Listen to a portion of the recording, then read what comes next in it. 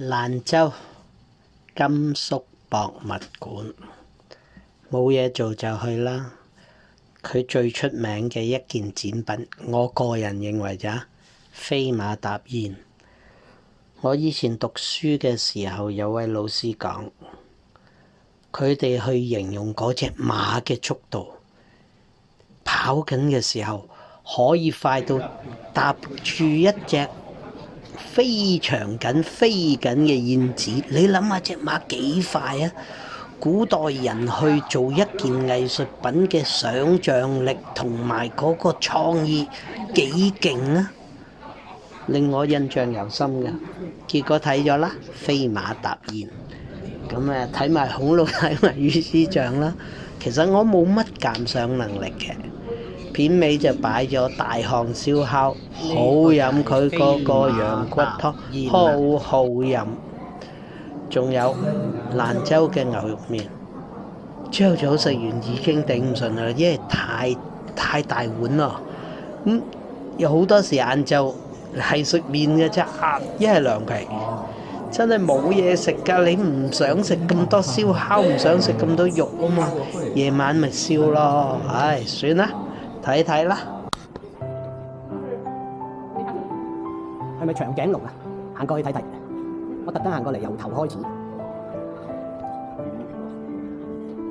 食齋嘅呢條嘢應該，呢隻嘢冇呢條嘢。我請勿觸摸咗呢個牌係鷹嘴龍，由尾再掃翻上頭，見到啦。雷龍定長頸龍咧？佢係馬門溪龍，佢叫。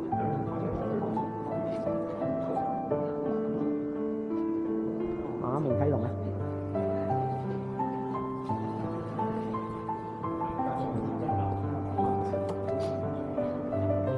象骨、象牙，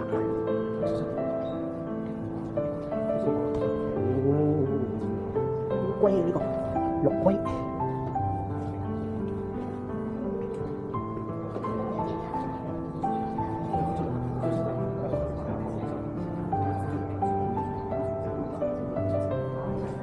羊咧好大隻，蛇啊！三指馬、大城西、長頸鹿，最大隻嗰隻。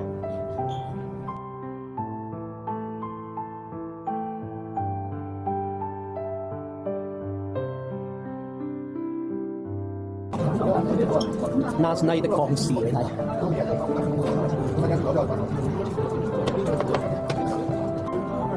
我仲有菜、金菇，仲有韭菜，仲有一份肉好似，仲有其他嘅，有個皮牛皮啊，過分，但係個湯超級好飲，超級好飲，3蚊。